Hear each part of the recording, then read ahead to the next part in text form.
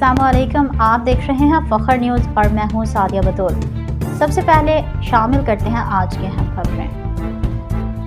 फ़ख्र news के bureau chief Lahore की report शामिल करते हैं। पाकिस्तान बोस्निया फोरम की तरफ से हर साल की तरह इस साल भी सराइब सिटी बोस्निया एंड हर्ज़ेगोविना में तुर्मे होटल में ग्रैंड इफ्तार पार्टी का एहतमाम किया गया। फोरम के सदर नज़ीर आलम मिर्ज़ा ने मेहमानों को खुश आमदीद कहते हुए अपनी ऑर्गेनाइजेशन की सालाना कारकर्दगी को हाईलाइट करते हुए बोस्निया में मौजूद पाकिस्तानी कम्युनिटी के मसाइल उनके हल पर गुफ्तगू की। इफ्तार डिनर में सिफारत खाना इस्लामी जमहूरिया पाकिस्तान के असिस्टेंट हेड मिशन शहजाद दस्तगीर मेहमान खसूसी थे। उन्होंने बोस्निया में मौजूद पाकिस्तानी कम्युनिटी की मुस्बत सरगर्मियों को सराहा और सिफारत खाना पाकिस्तान की तरफ से मुकम्मल ताउन की यकीन दहानी कराई।